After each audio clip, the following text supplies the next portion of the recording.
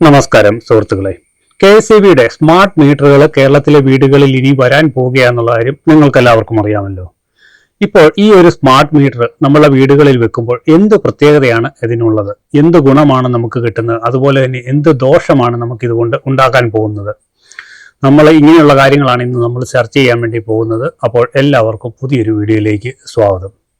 പലരുടെയും മനസ്സിൽ ഉള്ള ഒരു ചോദ്യമാണ് ഈ സ്മാർട്ട് മീറ്ററുകൾ കേരളത്തിൽ ശരിക്കും വെക്കാൻ തുടങ്ങിയോ എന്നുള്ള കാര്യം.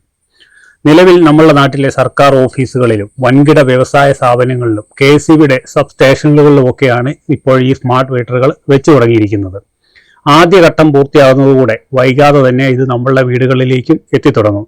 അതുകൊണ്ട് തന്നെ ഈ ഒരു മീറ്റർ നമ്മുടെ വീട്ടിൽ സ്ഥാപിക്കുന്നതിന് മുമ്പ് ഇതിന്റെ പോസിറ്റീവും നെഗറ്റീവുമായ കൃത്യമായ കാര്യങ്ങൾ മനസ്സിലാക്കി വെക്കുന്നത് വളരെ നല്ലതാണ്. അപ്പോൾ ഈ വീഡിയോ മുഴുവനായി നിങ്ങൾ കാണാൻ ശ്രമിക്കുക. ആദ്യം തന്നെ എന്താണ് ഈ സ്മാർട്ട് മീറ്റർ എന്ന് വളരെ ലളിതമായിട്ടൊന്ന് പറഞ്ഞു തരാം. നിലവിൽ നമ്മളുടെ വീട്ടിൽ ഒരു മീറ്റർ ഉണ്ട്. അത് 2 മാസത്തിലൊരിക്കലാണ് KSEBയുടെ മീറ്റർ റീഡർ വന്ന് അത് നോക്കി നമുക്ക് ബില്ല് എഴുതി തരുന്നു പോകുന്നത്. എന്നാൽ സ്മാർട്ട് മീറ്റർ വരുന്നതോടുകൂടി ഒരു മൊബൈൽ ഫോൺ എന്നതുപോലെ ഇന്റർനെറ്റ് സാങ്കേതിക വിദ്യ വഴി KSEBയുടെ പ്രധാന ഓഫീസുമായി നേരിട്ട് ബന്ധപ്പെടുത്തിയിരിക്കുന്ന ഒന്നാണ്. അതായത് മീറ്റർ റീഡിംഗ് എടുക്കാൻ ഇനി ഒരാൾ നിങ്ങളുടെ വീട്ടുപടിക്കൽ വരേണ്ടതില്ല. നിങ്ങളുടെ ഓരോ നിമിഷത്തെയും വൈദ്യുതി ഉപയോഗം ഈ മീറ്റർ സ്വയം KSEB സെർവറിലേക്ക് അയച്ചു കൊടുത്തുകൊണ്ടിരിക്കും. ഇനി ഇതിന്റെ പ്രധാന നേട്ടങ്ങൾ എന്തൊക്കെയാണെന്ന് നോക്കാം. ഒന്നാമത്തെ നേട്ടം എന്ന് പറയുന്നത് ബില്ലിലെ കൃത്യതയാണ്. പലപ്പോഴും മീറ്റർ റീഡർ വരാൻ വൈകുമ്പോഴോ അല്ലെങ്കിൽ ആളെത്താത്ത സമയത്തോ ഏകദേശ കണക്ക് വെച്ച് ബില്ല് തരുമ്പോൾ നമ്മൾ അടുത്ത മാസം വൻ തുക ബില്ലായിട്ട് നമ്മൾ ചിലപ്പോൾ അടയ്ക്കേണ്ടി വരും. അങ്ങനെ വളരെ ബുദ്ധിമുട്ട് നേരിടുന്ന ആൾക്കാരുമുണ്ട്. അടുത്ത തവണ KSEBയിൽ പിന്നെ ഓഫീസുകളിൽ കയറി ഇറങ്ങി നമ്മളത് ചോദിക്കാനൊക്കെ നിൽക്കണം. ഈ ഒരു അവസ്ഥ മാറിക്കിട്ടും. സ്മാർട്ട് മീറ്റർ വരുന്നതോടെ ഈ ഒരു പ്രശ്നം പൂർണ്ണമായി അവസാനിക്കും. നിങ്ങൾ കൃത്യമായി എത്ര യൂണിറ്റ് ഉപയോഗിച്ചോ അതിന് മാത്രം ബില്ല് വരും. റീഡിംഗ് തെറ്റുമെന്ന പേടി നിങ്ങൾക്ക് വേണ്ട. രണ്ടാമത്തെ ഏറ്റവും വലിയ ലാഭം നമ്മുടെ മൊബൈൽ ആപ്പ് വഴി തത്സമയ പരിശോധനയാണ്. സ്മാർട്ട് മീറ്റർ കണക്ട് ചെയ്ത് ഒരു മൊബൈൽ ആപ്പ് നമുക്ക് ലഭിക്കും. ഇതിലൂടെ ഇന്ന് രാവിലെ മുതൽ വൈകുന്നേരം വരെ നമ്മൾ എത്ര യൂണിറ്റ് കറണ്ട് ഉപയോഗിച്ചു, ഏത് സമയത്താണ് കൂടുതൽ കറണ്ട് ചിലവാകുന്നത് എന്നൊക്കെ നമുക്ക് സ്വന്തം ഫോണിൽ കാണാൻ പറ്റും. ഉദാഹരണത്തിന് നമ്മൾ അറിയാതെ AC വാട്ടർ ഹീറ്ററോ അല്ലെങ്കിൽ കറണ്ട് കൂടുതൽ എടുക്കുന്ന എന്തെങ്കിലും മെഷീനറീസോ ഒക്കെ പ്രവർത്തിക്കുകയാണെങ്കിൽ ഇന്ന് ഉപയോഗം അതിൻ്റെ കൂടുതലാണെന്ന് മനസ്സിലാക്കി നമുക്ക് ഫോണിലൂടെ തന്നെ അത് മനസ്സിലാക്കി അപ്പോൾ തന്നെ അത് ഓഫ് ചെയ്യാനും അല്ലെ ബില്ല് നിയന്ത്രിക്കാനും സാധിക്കുമെന്നുള്ളതാണ്. മൂന്നാമത്തെ കാര്യം വോൾട്ടേജ് വ്യതിയാനങ്ങളും ഫ്യൂസ് പോകുന്നതും KSEB ഉദ്യോഗസ്ഥർ പെട്ടെന്ന് അറിയും എന്നതാണ്. നിലവിൽ രാത്രിയിൽ ലൈൻ തകരാറായാലോ ഫ്യൂസ് പോയാലും നമ്മൾ ഫോൺ വിളിച്ച് KSEBയെ അറിയിക്കേണ്ടി വരും. എന്നാൽ സ്മാർട്ട് മീറ്റർ വരുന്നതോടുകൂടി നിങ്ങളുടെ വീട്ടിലെ വൈദ്യുതി തടസ്സപ്പെട്ടാൽ ആ വിവരം തനിയെ KSEB കൺട്രോൾ റൂമിൽ സിഗ്നലായി എത്തും. വേഗത്തിൽ തകരാറ് പരിഹരിക്കാനും ഇത് സഹായിക്കും. ഇതൊക്കെ കേൾക്കുമ്പോൾ നമ്മളിൽ പലരും വിചാരിക്കും ഇത് നല്ലതാണല്ലോ എന്ന്. എന്നാൽ ഇതിന് ചില മറുപുറങ്ങൾ കൂടിയുണ്ട്. അതായത് സാധാരണക്കാർ അറിഞ്ഞിരിക്കേണ്ട ചില ആശങ്കകളും നഷ്ടസാധ്യതകളും ഇതിനു പിന്നിലുണ്ട്. അതിൽ ഒന്നാമത്തേതും ഏറ്റവും പ്രധാനപ്പെട്ടതുമാണ് സ്മാർട്ട് താരിഫ് അല്ലെങ്കിൽ ടൈം ഓഫ് ദി ഡേ എന്നതാണ്. ഇതുകൊണ്ട് ഉദ്ദേശിക്കുന്നത് ദിവസത്തിലെ എല്ലാ സമയത്തും വൈദ്യുതി ഒരേ വിലയായിരിക്കില്ല എന്നുള്ളതാണ്. എല്ലാവരും വീട്ടിലെത്തി ലൈറ്റും ഫാനും TVയും AC-യും ഒക്കെ ഇടുന്ന പീക്ക് ടൈമുകളിൽ, പ്രത്യേകിച്ച് 6 മണി മുതൽ രാത്രി 10 മണി വരെ വൈദ്യുതിക്ക് ഉയർന്ന നിരക്കായിരിക്കും.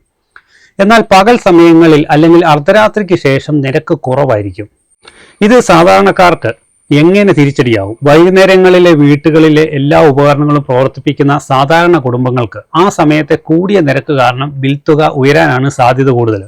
എന്നാൽ ഇത് ബുദ്ധിപൂർവ്വം ഉപയോഗിച്ചു കഴിഞ്ഞാൽ നമുക്ക് ലാഭം ഉണ്ടാക്കാനും സാധിക്കും. ഉദാഹരണത്തിന് വാഷിംഗ് മെഷീനുകളും EV പോലുള്ള വാഹനങ്ങൾ ചാർജ് ചെയ്യുന്നതും പമ്പ് സെറ്റുകൾ പ്രവർത്തിപ്പിക്കുന്നതും ഒക്കെ നിരക്ക് കുറഞ്ഞ സമയത്തേക്ക് അല്ലെങ്കിൽ പകലോ അർദ്ധരാത്രിയോ മാറ്റിയാൽ നമുക്ക് ബില്ല് കുറയ്ക്കാൻ സാധിക്കും. പക്ഷെ അതൊരു ശീലമാക്കാൻ എല്ലാവർക്കും പെട്ടെന്ന് കഴിഞ്ഞെന്ന് വരില്ല.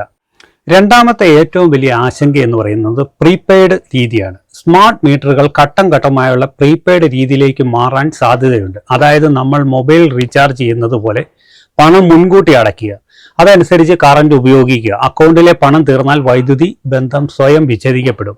മുൻപൊക്കെ ബില്ല് വന്ന് അടയ്ക്കാൻ സാവകാശം കിട്ടിയിരുന്നെങ്കിൽ ഈ പ്രീപെയ്ഡ് വരുന്നതുകൂടി കയ്യിൽ പണമില്ലാത്ത അവസരങ്ങളിൽ പെട്ടെന്ന് ലൈൻ കട്ടാകാൻ സാധ്യതയുണ്ട് എന്നതാണ് സാധാരണക്കാരെ സംബന്ധിച്ച് വലിയൊരു വെല്ലുവിളിയാകുന്നത്. മൂന്നാമതായി KSEB ജീവനക്കാർ നേരിട്ട് വരാതാകുന്നതോടുകൂടി സാങ്കേതികപരമായി എന്തെങ്കിലും തകരാറുകൾ ബില്ലിൽ വന്നാൽ അത് തിരുത്തിയെടുക്കാൻ ഡിജിറ്റൽ സംവിധാനങ്ങളെ മാത്രം ആശ്രയിക്കേണ്ടി വരുന്നു എന്നുള്ളതാണ്. പ്രായമായവരും സാങ്കേതികപരമായി വലിയ വശമില്ലാത്തവരും ഇത് തുടക്കത്തിലെ അല്പം വലിയ ബുദ്ധിമുട്ടായിരിക്കും. പ്രായമുള്ളവർക്കൊക്കെ ഇത് ബുദ്ധിമുട്ടെന്നല്ല, നല്ല ബുദ്ധിമുട്ടായിരിക്കും. ചുരുക്കി പറഞ്ഞാൽ KSEBയുടെ സ്മാർട്ട് മീറ്റർ എന്ന് പറയുന്നത് ഒരു വലിയൊരു സാങ്കേതിക വിപ്ലവം തന്നെയാണ്. നമ്മളിത് കൃത്യമായി മനസ്സിലാക്കി ഇലക്ട്രിസിറ്റി ഉപയോഗിക്കുന്ന സമയങ്ങളിൽ ചെറിയ മാറ്റങ്ങൾ വരുത്താനും മൊബൈൽ ആപ്പ് വഴി കൃത്യമായി നിരീക്ഷിക്കാനും തയ്യാറായി കഴിഞ്ഞാൽ ഇത് നമുക്ക് വലിയൊരു ലാഭം ഉണ്ടാക്കി തരാം. എന്നാൽ ഇതൊന്നും ശ്രദ്ധിക്കാതെ നമ്മുടെ വീട്ടിലൊക്കെ ഉള്ളവർ ഇതൊന്നും ശ്രദ്ധിക്കാതെ ഉപയോഗം പഴയ പോലെ തുടങ്ങിക്കഴിഞ്ഞാൽ വലിയൊരു ബില്ല് വന്ന് നമ്മളെ ഞെട്ടിച്ചു കളയാനും സാധ്യതയുണ്ട്. ഈ ഒരു മാറ്റത്തെക്കുറിച്ച് നിങ്ങൾക്ക് എന്താണ് തോന്നുന്നത്? ഈ ഒരു പുതിയ സ്മാർട്ട് മീറ്റർ വരുന്നതോടുകൂടി നമുക്ക് ലാഭം ലഭിക്കുമോ, അതോ KSEBിക്കാണോ ഇതിന്റെ ലാഭം ഉണ്ടാകാൻ പോകുന്നത്? ഇത് തീർച്ചയായും നിങ്ങൾ കമന്റിൽ എഴുതുക. അതുപോലെ തന്നെ ഈ ഒരു വീഡിയോ നിങ്ങൾക്ക് ഉപകാരപ്രദമായി എന്ന് തോന്നിയാൽ തീർച്ചയായും ലൈക്ക് ചെയ്യുക, കൂട്ടുകാരിലേക്ക് ഷെയർ ചെയ്യുക. അതുപോലെ തന്നെ പുതിയ പുതിയ വിവരങ്ങൾ തത്സമയം നിങ്ങളുടെ ഫോണിൽ ലഭിക്കാൻ വേണ്ടി നമ്മളുടെ ചാനൽ സബ്സ്ക്രൈബ് ചെയ്യാനും തൊട്ടടുത്ത് കാണുന്ന ബെൽ ഐക്കൺ എനേബിൾ ചെയ്യാനും മറക്കരുത്. അപ്പോൾ വീണ്ടും നല്ലൊരു വീഡിയോ ആയിട്ട് വീണ്ടും വരുന്നവരേക്കും ബൈ.